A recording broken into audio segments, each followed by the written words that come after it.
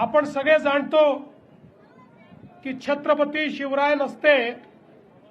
तर या भारताचा इतिहास जो आज आपण पाहतोय, या भारताचा भूगोल जो आज आपण अनुभवतोय, यापैकी काहीही राहिलं नसतं. खऱ्या अर्थानं ज्या काळामध्ये या उभ्या हिंदुस्थानामध्ये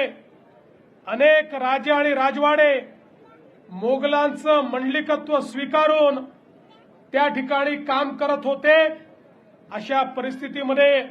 आई जिजाऊ माँसाहेबांनी छत्रपती शिवरायांना घडवलं आणि घडवताना सांगितलं की तुम्हाला या मराठी मुलकाला, या हिंदुस्थानाला